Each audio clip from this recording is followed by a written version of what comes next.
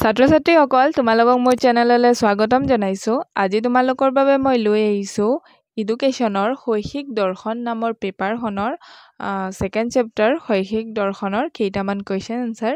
আহা আমি ভিডিঅটো আৰম্ভ কৰোঁ। ফাৰ্ষ্ট কোৱেশ্চনটো হৈছে শৈক্ষিক দৰ্শন কি?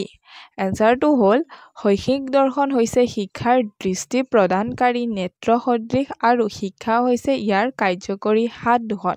দৰ্শন আৰু শিক্ষাৰ মাজত সম্পৰ্কৰ পৰিণতিয়ে হ'ল শৈক্ষিক দৰ্শনৰ নেপথালৰ মূল কাৰণ। জন ডিউৰ মতে শৈক্ষিক দৰ্শন হৈছে দৰ্শনৰ আটাইতকৈ উল্লেখযোগ্য পৰ্যায়, কাৰণ এই শিক্ষাৰ প্ৰক্ৰিয়াৰ জৰিয়তেহে জ্ঞান লাভ কৰা হয়।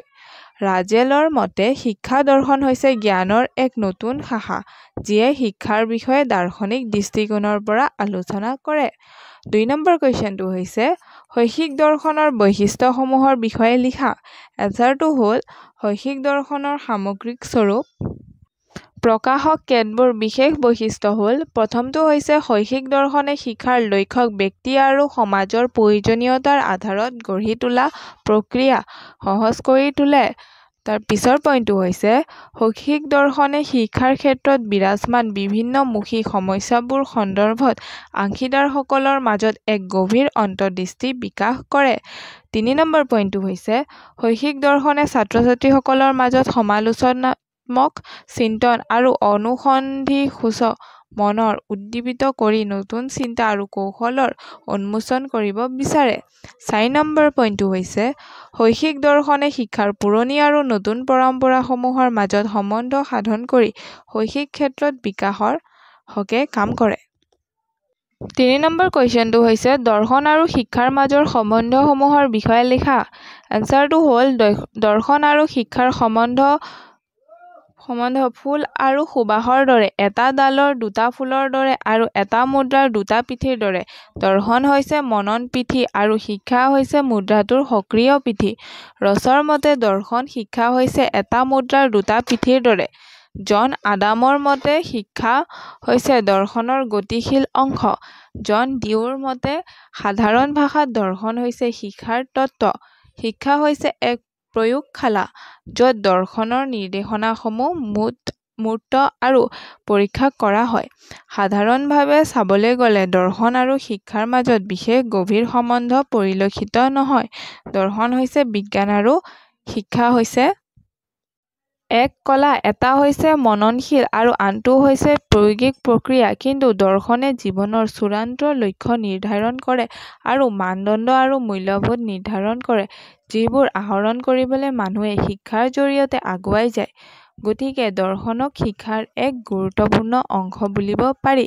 দৰ্শন আৰু শিক্ষাৰ মাজত থকা গভীৰ সম্বন্ধৰ দিশসমূহ হ'ল প্ৰথমটো হৈছে শিক্ষা হ'ল দৰ্শনৰ কাৰ্যকৰী অৱস্থা।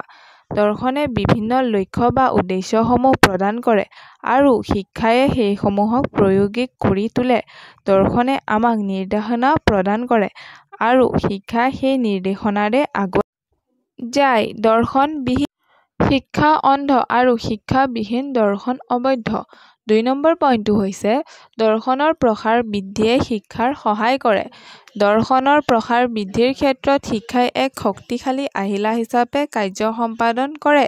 শিক্ষাৰ সহায়তেহে জীৱন দৰ্শন বা কোনো মহান দাৰ্শনিকৰ দৰ্শনে প্ৰকাশ লাভ কৰে। দাৰ্শনিকসকলে বিভিন্ন ধৰণৰ দাৰ্শনিক চিন্তাধাৰা বা আদৰ্শ প্ৰকাশ কৰে আৰু শিক্ষাৰ লক্ষ্য উদ্দেশ্যবোৰ এই চিন্তাধাৰা আৰু আদৰ্শৰ ওপৰত ভিত্তি কৰি গঢ় লৈ উঠে। 3 নম্বৰ পইণ্টটো হৈছে দৰ্শনে শিক্ষাৰ পথ প্ৰদৰ্শন কৰে। শিক্ষাই যি পথেৰে ভৱিষ্যতৰ দিশে আগুৱাই যায়, সেই পথ প্ৰদৰ্শকৰ ভূমিকা গ্ৰহণ কৰে দৰ্শনে। জীৱনৰ লক্ষ্যত উপনীত হোৱাৰ মাৰ্গ প্ৰদান কৰে দৰ্শনে আৰু শিক্ষায়ে তাক অনুসৰণ কৰে। দৰ্শনৰ প্ৰভাৱ অবিহনে শিক্ষাৰ কোনো গুৰুত্ব নাথাকে। শিক্ষাৰ প্ৰধান কাম হ'ল শিশুসকলৰ জন্মগত আচৰণৰ সংশোধন কৰা।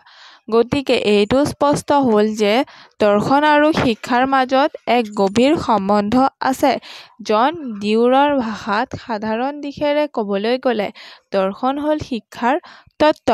দৰ্শন অবিহনে শিক্ষাৰ এক অৰ্ধ প্ৰচেষ্টা আৰু শিক্ষা অবিহনে দৰ্শনৰ পংগুস্বৰূপ। শিক্ষাৰ দৰ্শনৰ এক শৈক্ষিক শাখাস্বৰূপ স্বৰূপেও বৰ্ণনা কৰিব পাৰি। দৰ্শন যদি কোনো বিশেষ কাৰ্যৰ পৰিসমাপ্তি তেন্তে শিক্ষা হৈছে ইয়াৰ আৰম্ভণি। ধন্যবাদ।